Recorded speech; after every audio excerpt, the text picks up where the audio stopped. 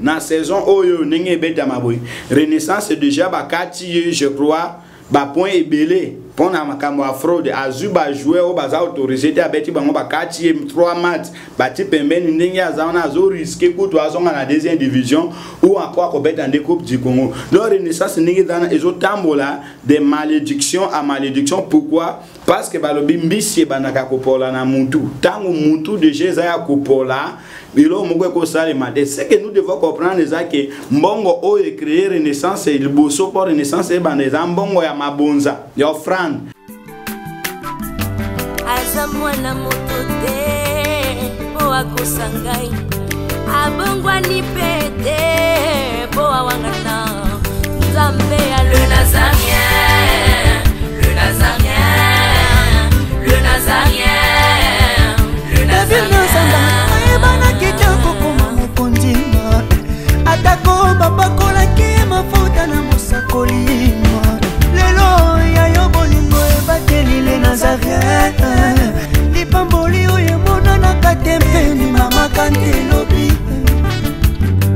kola pie mapapu masopi mafuta toko kesi ena elongo na Nzambe oyo babenga na makomi Jésus. Shalom, shalom, bien-aimés dans les Seigneurs, très chers fidèles téléspectateurs de NazarienTV.com. On est ensemble, il n'y a pas de souci. Jésus-Christ le même, hier, aujourd'hui, éternellement. La princesse de l'éternel, toujours à mon poste, pour servir son maître, le Seigneur des Seigneurs, le roi de l'humanité, Jésus-Christ de Nazareth. Aujourd'hui, dans cette émission Table Sainte, une émission pour vous et beaucoup plus pour les hommes de Dieu autour des sujets importants, aussi très capital. Et voilà pourquoi je suis comblé de joie, parce que vous êtes tellement nombreux dans vos postes, partout où vous êtes, en tout cas on est ensemble. Je retourne un peu à la régie avec ces cantiques, réjouissons-nous dans le Seigneur bien sûr. Et je vous annonce déjà, je suis avec le prophète Bruno Boaz, mon invité du jour. Et après cet élément, je vais vous présenter, je vais saluer mon invité du jour. Régie, à vous.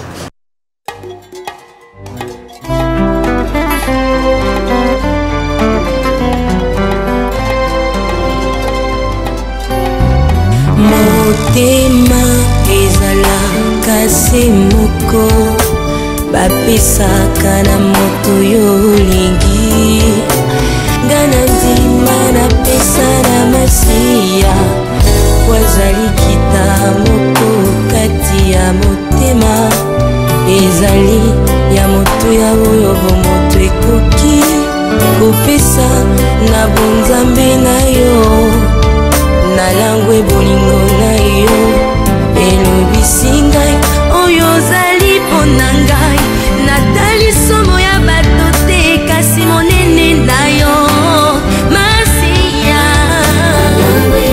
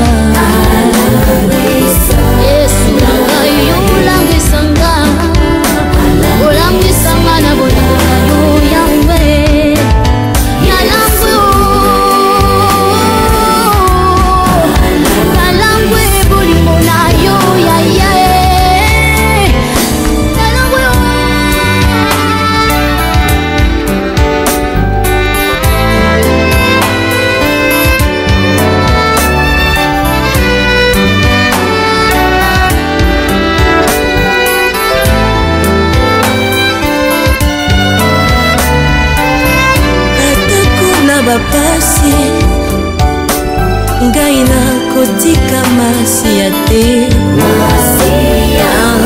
nayebi bakoyangana o bapekisa ngai masiya ye nakolinga te Yesue kolo na ngai akufelaki ngai nekulusu yongo ya mabe na ngai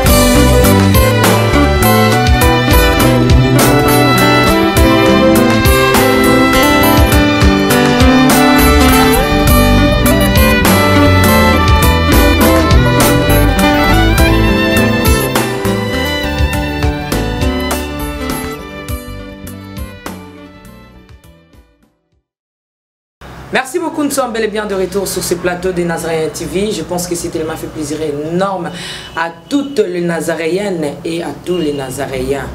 Je pense qu'on est ensemble, il n'y a pas de souci, car Jésus-Christ est avec nous. C'est lui-là, le lion de la tribu de Juda, au sein de NazaréenTV.com.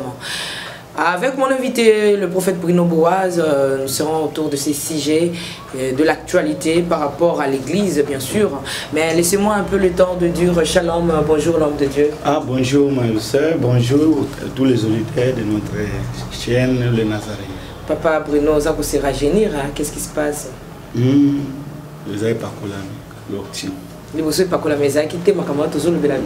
Yango et pas la maison bon tant aux autres on a pas prié ma case ils ont besoin de rajeunir au contraire c'est mon tour qui passe ça dans la zone veilleux au monde bateau msous azana nos jeunes mais déjà a commis longue na kolo ma case surtout étranger bazana mboka. Ah, merci, mais malheureusement cette émission est à la table sainte.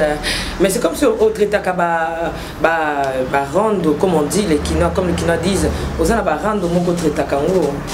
Bon, on a vraiment rendre dans autres états, mais mon problème est que l'aligné tout le temps la carte à droite et puis si une personne marche en dehors à volonté ensemble, puis à combattre, autres salles à la sécularité.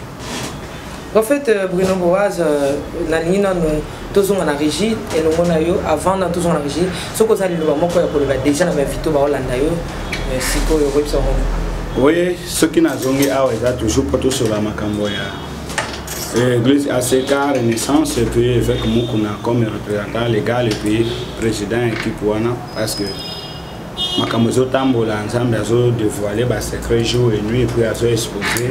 Donc, qui doit avertir, ensemble pour pas Balbaka est suivi.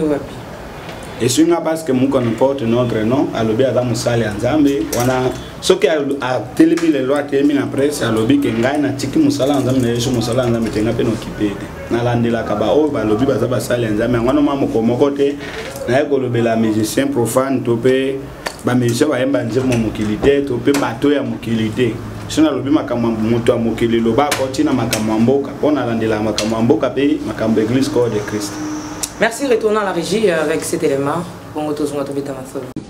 masengeza masumote yo te balobi na Bible wa niveau névreux pas de 20 bochango na bandako wana bien eza na muto mais na protestant sainte seine ezara ni 20 na moi mapa bon ve kangate c'est-à-dire que c'est le premier toujours que na bango muke mais en attendant muke donc moko ayaki donc moko aye azandoki alinga boma grand frère na biloko ebele vraiment mutu ya bien mbongo tout ça na sonna ndoki na papa ki ndoki na yo je ne pense pas que le londe kusila nyos mais na zo senga yo zala ndoki ya mayele tika mutu yo azaku ite pelo na famille en attendant lukata mutu mususu na famille na tika oyo c'est-à-dire que mutu akomo na yebise que papa tika na noyo soko ko lukata mususu lukana tanda me tika oyo pasteur. Ok, merci. Tozongi na plateau n'absolu à Nazaréen, tout lundi wana. Papa Bruno, qu'est-ce que vous retenez dans la vidéo wana? Qu'est-ce que tu as retenu et tiré yo avant au ça analyse na yo et le qu'on nous tiré dans quatre vidéos? Deux choses. Première chose. En fait, Bruno, question de quitter directement sur. Non, deux choses, papa. Ouais, deux choses parce que na moni avec mon kunazo défendre Masanga puis deuxièmement azobi sandoki ali à pauvre atika muto azanambo. Bon, analyse ni osali. Première chose na analyser awa na ekomona ke makambo ya papa mukuna ndenge tolobaka na bengi chevecte parce que déjà na livra qui epé le lona ekobimisi na kati église corps de Christ na déclaré païen makambo papa mukuna nde tozomona ngozo koma sérieux moto soki déjà aza exposé nzambe a rejeté si okomona ba défaut azo continuer kotambola kati na fausseté akomona eti mabe eza malamu pe malamu nde eza mabe avec mukuna oyo tope papa mukuna ndenge na lobaki asala ka publicité après mon sia solo la jogo a encouragé bato ba mais la prémisse na lobaka ngona presse na loba aza musala ya mabe ngona pesa e na ebisa que livraison on a ko livrer tokozota la ngana et avant une année koka akomona ba réalité na kanisi eza toujours na les Nazaréens c'était na année 2017 toujours mon appel na lobaka église eko chité bato ba okité deuxièmement na lobaka les choses que renaissance ko tombola trophée mon côté na mboko tie ko panzana ya ngana pe to moni ezo keneti ko kokisama renaissance bandamu après malédiction wana marche sur malamu ezate.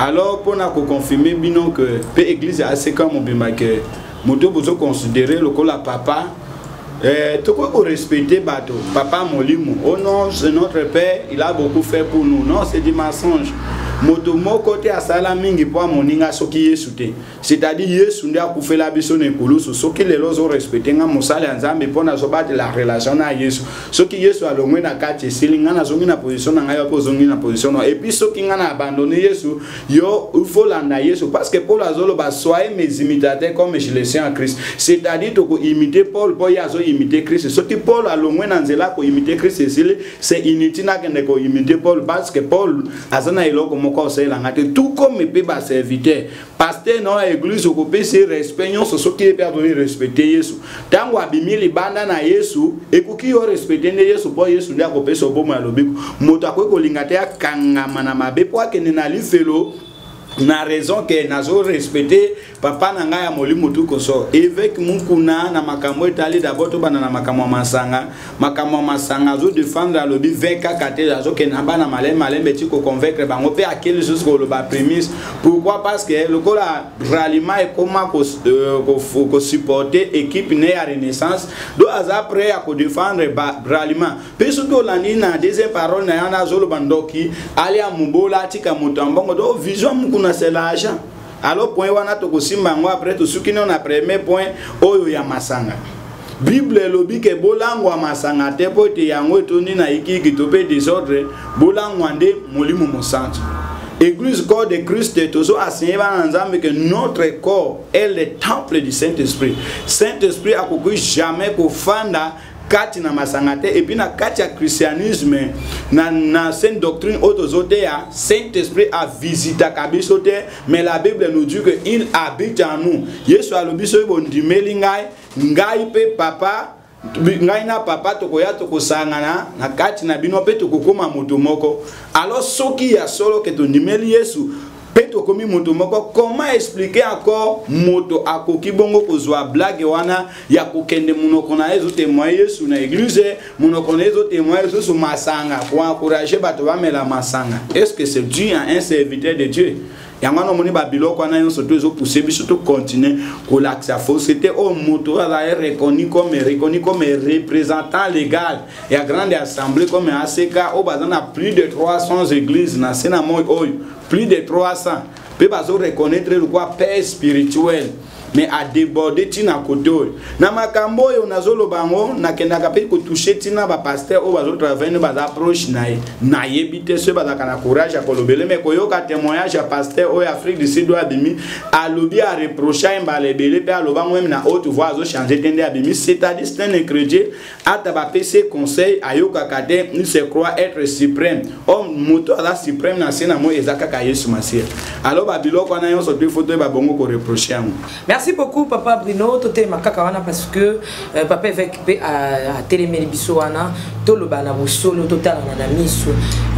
Bien sûr papa avec abandaki ko zone sa retour à la parole. Et loko biso to retenir na monseigne nzambe ezali retour à la parole. Mais ce qui lelo avec à lobby parfois les mususu na batuke ba l'église pe bomela ba vie hein. Sainte na monde ba jeunesse ba tenir ba mela 20, ils ont plus que bière, n'a pas pourcentage. Mais locola avec papa, azala qui mouta pour une exception à ma commis. Comment il faut expliquer ça? Parfois avec ses clés parce que étant encore l'homme de Dieu, tozo ndima, tozo koma te. Comment on a que avec oyo alors ben absolu lobby retour à la parole. Yé on a les sous quand azolo banabiso que azo me mabat malembe azo défendre ma sanga. Est-ce que on a raison toi on a tort? Tout en a dans Bible na Jérémie 25 27 ont interprété biso et linkoloba nin Bible le Bible prophète n'a pas bien vexé wana tanga na ko interpréter parce que tous a devant plateau n'a pas so ko interpréter pe dans la lingala na bolinga problème est ça voilà Bible le tu leur dira ainsi parle l'Éternel des armées les dieux d'Israël buvez mais là enivrez-vous bolangwa et vomissez et tombez sans vous relever à la vie de l'épée que j'envoie parmi vous. Bible pas mais là tanga dernière phrase wana koyeba baba quand même na mabele oui ceux qui le lo papa fait kalobi na batu aso me mabon malembe ceux qui le la boaki boaka jogo mabe nzambe ezawapi Bible yango moko. Le problème c'est quoi maman? Non c'est comment mais papa? Mais ce qui ont complété en Apocalypse je crois 22. Yes, Apocalypse 22 12 bon to interpréter tout mbalamo. Apocalypse nini? 22 chapitre 22 dans 12e verset.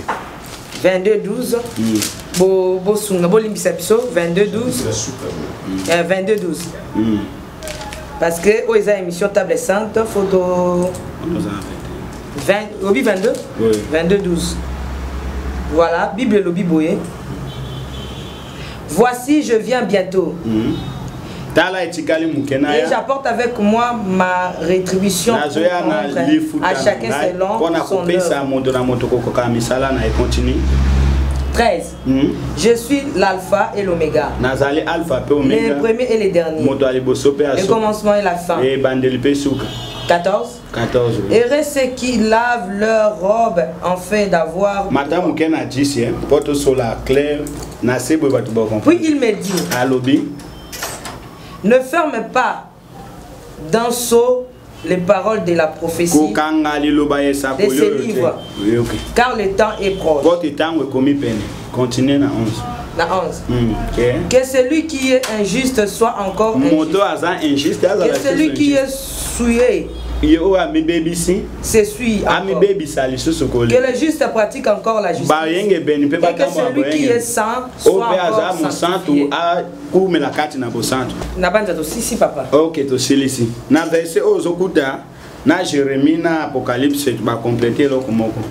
nzamba zo bisa prophète Jérémie bibi yebisa ba na Israël lokola bazoyo kanga ete sikona autoriser ba mela balangwa bakoya na se ba rouler ba bilingana ba sala nyonso tu ba sepeli pe ba ke mopanga ezo sa nini ezo zila bango nzamba alobi na Apocalypse alobi nini yebisa bango te nazoya na lifuta na ngana maboko pona mutu na mutu ye oazo se sanctifier oaza impie azala impie oazo langwa donc mutu na mutu asala misala ni ndenge asepeli mais ayeba ke retribution ezoya pona mutu na mutu yango na mkomosusu tolobaki makamoto lobe na plateau ezaki très important tolobi tant tozanga ngo tant que mutu aluka ko bebisa bosanto amoninga te eloko na lingina yebisa papa mukuneza ke soki ye azana posa komela masanga amelaka masanga yemo kwa mela na place na yeme atika ko encourager bato muku na pote to tika ko landele na makambo oyo qu'est-ce qu'il doit comprendre soki to lobela ka kombo na ezate ka bimi aza starter mais ça que ye azu kombo na Yesu comme couverture mais azotambola na ko banga nzambe depuis ba brebis oyo baza faible na foi ba ko kiko imiter que papa évêque yemoko alobaki boy papa évêque yemoko azala ki bilo kwa mokolwana atelemi na église pe bato bazondi mele amen azoloba makambo pasteur wana ya Afrique du Sud azoloba nini Yesu ndi akomise pasteur te ezangai bandimi o bazaki fo bazami na foate bandimi pe amen donc makambo pe masanga ningalo ba église pe bazo nimele amen bato pe bakokota na miasa ya komela masanga o tango bazomela masanga wana ezali sumu zomema bato na bénédiction eloko esanto basangisa kango eloko ambindo te. Mais papa Bruno eloko aneze akala tozotuna pourquoi est-ce que ba vidéo o papa avec ça déjà kala kalisa la vidéo sikate pourquoi vous retenir en rigueur aloba on lelote mais pona nini kaka tango makambo zo komela e bozo bimisa ba vidéo bozo bimisa ba vidéo nyonso boke ko kundela bozo tala liloba ne moko na wa albaki na 1980 na wa albaki na 1950 bobimisi yango pour que boko iseveke. Non, le problème est que tant que a umeli azo sala makambo bagada ka ba bengi documentaire siko ba sele documentaire batala marche na eko examiner ndenge azo tambola na anebo ya lobaki bwe na anebo ya lobi na anebo ya lobi parce que moto a chance comme on dit mama Tiffany soki to loba moto yoko uloko sama be na ina reprocher lokola ndeko kati na kona mama Tiffany mu makambo sala bwe ezama boko chandes aba mabe misuto sala kanzamba linga ka exposer bisote mais soki nzamba komi ko keneti ko exposer moto c'est-à-dire moto wana leki ndenge nini mokanda ya nzambe na nini oyo na Daniel ezoloba nzambe alobe a compter mabe ya roi wana moni mabe ne leki nda diviser royaume ne lorsque mukuna ndenge azana komi na phase finale nzambe a compter mabe ne leki nzambe akomi ko exposer ce que l'andela kena manière nyonso eza porte a changer porte a changer tout ça contre moto te biso to zobetande cette porte moto ba bongo ko bongo la motema. Merci beaucoup papa papa Dabiso prophète Bruno. Tika noto lo banano kaka likambo ya kolobaki papa avec alobiki ABC ndoki. Tika nan koliana mutambo mote.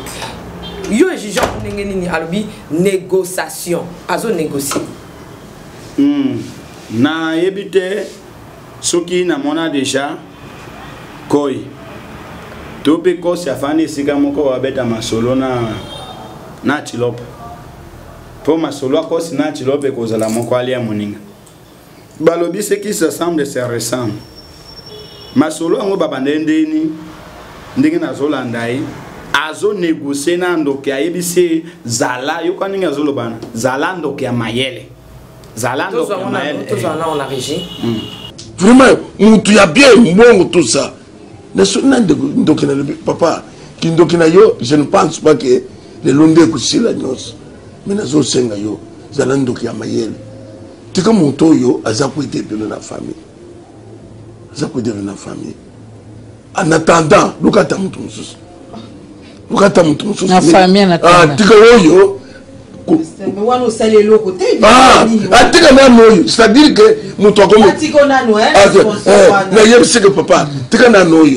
merci. Alobi zalando kia mayele. Chika mutu azana mbongo asunga famille lia ata oya zangi mbongo.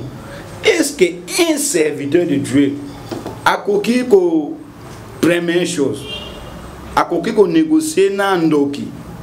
Deuxièmement, Un serviteur de Dieu a koki ko orienté babu mamoto azangi mbongo, c'est-à-dire pour na mukuna moto azangi mbongo azana droit à vite. Mais il pas négocier qui l'air a eu kutana na ba tom o bazaki na minimum mabe ayebisa ki ba minimum ba négocier ki na ba bizwa biso boka biso na banini na bangulu asenga ki ngulu. Est-ce que tu compares ngulu na moto? Maman Tiffany ngulu c'est autre chose. Les négociations. Des mots à s'excuser par na Yesu. Alors bezo buma biso avant l'air. Pourquoi? Parce que la Bible nous dit même dans mon canal Jacques que nous n'avons pas le droit ya koboma demo parce que le droit ya koboma demo et puis ça mi na nzambi na dernier jour. Mais biso tozo chasser, tozo ordonner ko boa kaye na les arrêter ko chasser ye libanda tope ko kati na moto to libanda ne sika Yesu komo na Yesu tangami. Ya ngwana ndoki demo négocier ki tikanga na kende kati ya ngulu. Mais ça pas te ko ipsa ndoki tika oyo lia oyo. Est-ce qu'il y a zala qui incapable na nguya ya nzambi ko empêcher ndoki ali ya moto te? Dans tout pays, on a comme solo tes proverbes, des cas de ceci au papa fait caper ça. Vous avez société dans ma solo. Ma solo dans mon tozo, même n'importe où bête émission na yo awa. Toko bête awa na katia plateau bisomi balé. Mais tu yebi que combien de personnes bakota là. Malubayon c'est zobi mamuno qu'on a vu photo contrôler on parce que copé ça bon mais copé comme mais pour la nini lelo malubayon surtout avec akoloba ezobi mama be na miso bato. Te oya malamu tozo apprécier wa mabe. Lokola nini. Wa malamu tangwa bana yo koloba retour à la parole. Mais bon, dis-moi qu'il y a un pété pour le bac qui a ayo la kisanini, azoka nsaka yenda yebu ko banga nzambi tanga bazaki retour. Dans la naïve solo comme ko vérité maman Tiffany, la Bible nous dit que l'homme récolte ce qu'il sème. Obi apo nani évêque mukuna ateli maka debout, ateli melaka nani oyo moninga ni na 8e ero mutomo. Atelimele makasi na ba pratique non pratique te nana nous songi te tout ça plateau na zolo ba vérité yemo ko pe ayebi atelimele na ba pratique nguma o asanje sinyo ka boda boy ezalate à cause na ya ngonde aka kutia teme na retour la parole pour até à vérité mais vérité wana ya te yemo kwa déborder faut yopo eba ki ba série wana papa avec ateme ki pasteur apôtre mutomo na yebi yango o ezaki aleki na midi ou aleki na 18h ezaki lit makasi guerre siko to lo banane alandi moninga muto mwazongi côté ni to yine alandi muto. Merci tika to beta masolo ya bale ningo lobaki na biso. Qu'est-ce qui se passe na Renaissance? Pose équipe na mo pasteur Renaissance c'est continue au ba congolais ba zobenga ngo bulu yeki. Bulu yeki za. Mais on se reconnaît équipe na bino pasteur. L'église équipe ba pasteur. Bible plutôt ça bon mon côté moninga seli kamuto ya to soutenir ye. C'est bon mon côté na côté masumu to ko boya mo. Pour ko risquer que tango yo pe tango pasteur mo kwa zo sale ko buto ya soutenir ne ko même yemo kwa ko boya to ko tate. Bon papa prophète Bruno landa makamba bale. Yebsepso ningo bandaki ne bandeli ni ezole kana Renaissance. Problème à Renaissance ni Renaissance et utakati ya imana après division oyo avec mukuna créaki abimia ki ko créer Renaissance du Congo le bakim force na bango ezanzambe babandaki malamu avec beaucoup de succès basale mbongo ebele parce que azaki na bafane ebele match nyonso bano beta na équipe na deuxième division et bana otone Renaissance abandi ko bebi sango ka yemoko d'abord da soifé d'argent na côté domaine mbongo te parce que je ne suis pas là. Mon problème c'est quoi maman Tiffany?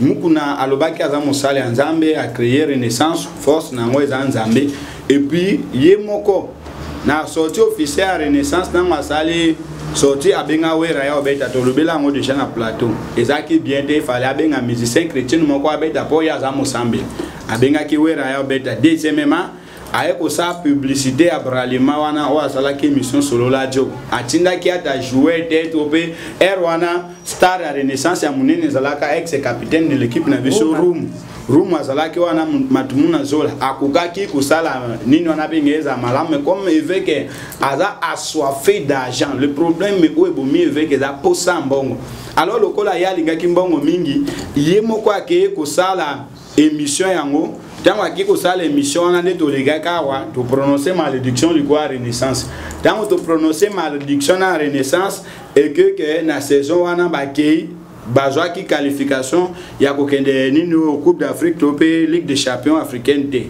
bakatani na saison asima babeti ba disqualifier bango na makambo ya trouble parce que mais bazong sai bango ba disqualifier bango makambo ya trouble bakati bango saison baye kozongisa bango lisusu na saison oyo ndenge ebetama boye Renaissance déjà bakati je crois ba point ebele pona makambo a fraude azu ba jouer au baza autorisé te abeti bango bakati 3 matchs bati pembeni ndenge azana azo risquer kutu azonga na deuxième division ou encore ko beta en coupe du Congo. Donc Renaissance ndenge dana ezo tambola de malédiction à malédiction. Pourquoi? Parce que balobi mbisi banaka kopola na mutu tango mutu de Jésus ya kopola bilo moko ko sale mate. Ce que nous devons comprendre c'est que mbongo o e créer Renaissance et le bosso pour Renaissance e baneza mbongo ya mabonza ya offrande pendingi Renaissance beta ka tilelo église aseka bandal wana bazo sibi pourquoi? Parce que ba kotiza kambongo pour la Renaissance victoire ya Renaissance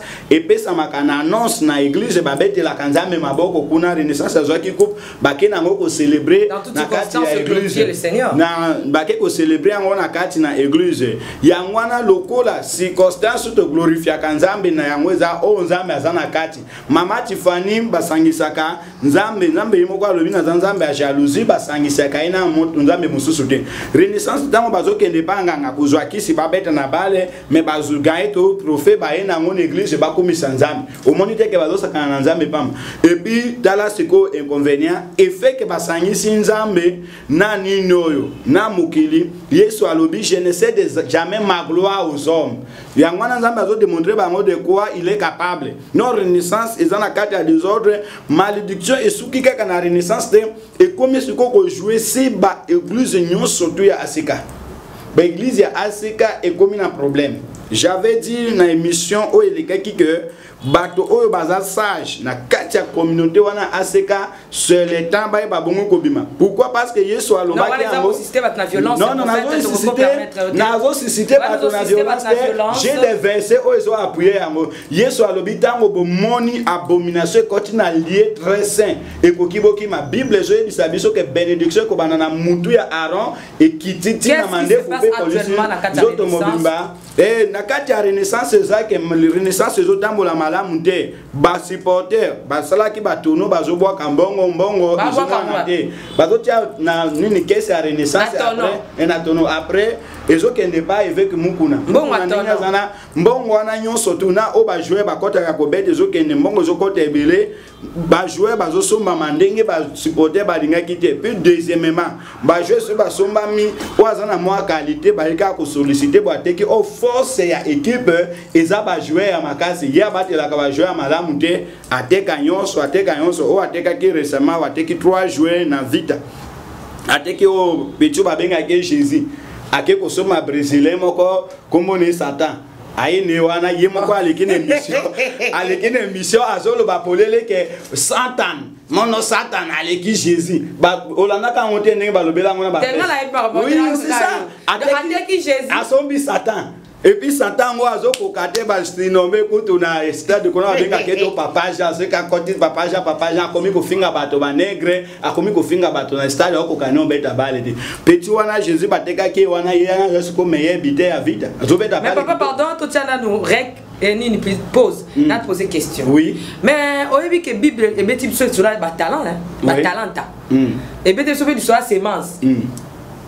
Moloni azaki na ba semence taillé à bois kia ata ko bi mettre apesa ki o 2 talents 3 talents 5 talents il faut on multiplier on ba te ke on ba talent nga oyo na sala ki na bomba ki pona bana ko banga mettre ozaki mutakanda papa évêque nkolo apesié église aseka akam mais na yo ki ko lobana obike Renaissance eboti na mbongo ya église mabe kokozala wapi soki mbongo wana oyo ezaki ya église papa akiko multiplier yango lelo ba joba otekama faveur eza mbongo wana ezonga na kati ya église a multiplier juste mbongo wana eloko esalemi mpona Yesu epesaka Yesu gloire toke siko na analyse bazimbongo ya église ba créer équipe ya football mais na sortie officielle ba bengi wera aya kobeta wera za membre ya église corps de Christ wera beta kanzemu kopesa nzambe gloire to kopesa mukili gloire.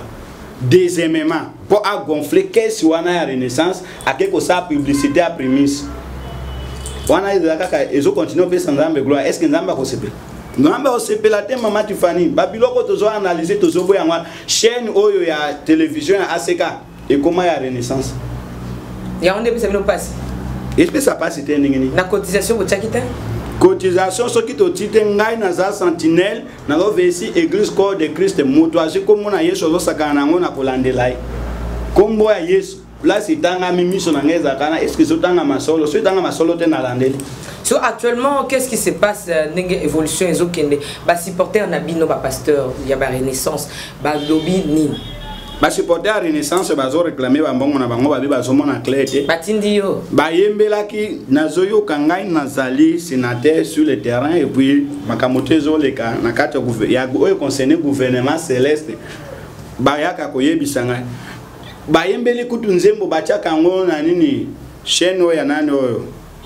Ya voici l'homme pas en chaîne mi ba les chaînes commerciales on nzembo na bachaka ngo toujours. Ba lobi bazo ba panye ba yembeli nzembo. Babili kolo ba kwiti ateki joueur donc babi alangwa ki olangwa ndi ateki ba joueur wana donc bazo yembele nzembo kombo ya nzambe zotuka mape komi ba pasteur za lokwa na village soki taba moko ba panzimbeki bakolo baka bataba yonso to ya mbuko ba panzaka ba mbeki yango na seko zo toucher biso bon vie azolingo zongati lokwa lingo zongati asunga biso se prononcer polonais que ngana zesu musala nzambe te nazo s'occuper na ngana makambo club nanga atika église donc comment chiter na émission ya mokola lo mais papa na bata évêque pas prophète Bruno yebisa biso à lire makambo zoken est-ce que koki peut ko toucher église s'occupe de lo ba supporter ba siliki est-ce que koki peut ko toucher église et comme ya nzoto na nzoto et qu'on finit bon parce que j'ai été informé na lobby que est-ce que koki oui na lobby et koko mabongo parce que j'ai été informé que église moko ya Kingasani ezala qui touché na ba supporter à Renaissance na on va vérifier en une émission prochaine donc lobby là makambo ndenge zo marché et ko jouer si église et puis dans même ba raison mususu oyo moni ba église oyo ya poto ezolonga bazolo ba ke église wana ezo abandonner à ce cas na pression ba combattant non c'est pas pression ba combattant surtout là ni bazolo basi bazo abandonner bazo bimana kati ACK pour na comportement ya évêque mukuna mais non pas bazo bimana kati ACK pour na ba combattant. Merci beaucoup pour aller l'autre suki awa conseil nini ya mibale okopesa évêque. Na émission passée na pesa ki conseil na pesa conseil kala lelo na zana conseil op cité na koyebise tout juste de que apona entre évêque ngai na yo toza penza na problème de ce qui est chuté mais le quoi yeso na milliers de toza na problème de on a zana conseil op cité le problème na zo yebiso ezabui pona entre les deux football otikala na Renaissance tope Yesu otikala na église soki oza penza ya nzambe solo lukamu tope c'était ya Renaissance otikala ta lokwa conseil ata musa Renaissance yo s'occuper na makambo ya Yesu pe otika makambo défendre masanga no zo défendre yango eza malamu te moto moka commenter ki émission na lobby yo nani yo bona mukebo ke nikola kila papa mukolo mabe ataka na bito so tanga commentaire wana yo mwana mukyo ke nikola kila mukolo mabe makamanga nzambe comment ça na okaka boes ke zala amona ki on un peu polité ya ibita ya aibi age ya Yesu c'est soit continue kati ya mwana 8 ans babenga ke papa babenga ke sumona ya benga mwana eza impolitesse faut benga papa po Yesu azakati na ngai tango Yesu akoti kati na ngai aza mukolo puis si je parle de la part de Jésus-Christ c'est pour ça molimo nzambo to yamba eza molimo ya politesse papa mais c'est ça eza molimo ya politesse mais ba respecta ka musala nzambe alobi ba sala nzambe merci beaucoup nous sommes arrivés à la fin de cette émission que Dieu vous bénisse nous étions avec le prophète Bruno Boaz et c'est Mozaki pour la biso liloba suka pe numéro de téléphone liloba suka Jacques mais na mon émission suka oyo osali pour na papa silite na olekasu kambo monsieur ezali na tika kati mokolo yeso ya wana solo tenabi pour na papa avec te silite ba nouvelle na yoki shoke na yoki église ya Kingasani zala ki agressif fona ke kotala seza solo na kwa olo na otika ka mokolo ya pesi biso position na merci numéro de téléphone na ngena pesa mwana moko ka mbote mwana nga Fabrice Makiati nzamba pambo aza joueur aza joueur ngapi na pesi bambote Fabrice Makiadi bambote belebele na bakisa susu oya ngapi mwana aza pe joueur c'est bon ouais tanga pe komboni alo natanga papa Riva bisiko zali mama princesse apesi mbote elongo na kapi joueur à Mounene. Papa Rivana, frère Fabrice, Nzamba Pambola, Bino Posito, Zutanga, Bino à plateau, les Nazaréens, Zola, Kebobeta, Bali, Nangouya, Nzambe, mais Bosimbi qui cité, c'est notre joie. Nzamba Pambola, Bino Ming, contact Nanga Ezali 0421. Plus 243, tout le code, pour les personnes étrangères, dans difficulté aux codes. Plus 243 81 00 194. Plus 243 81 00 194.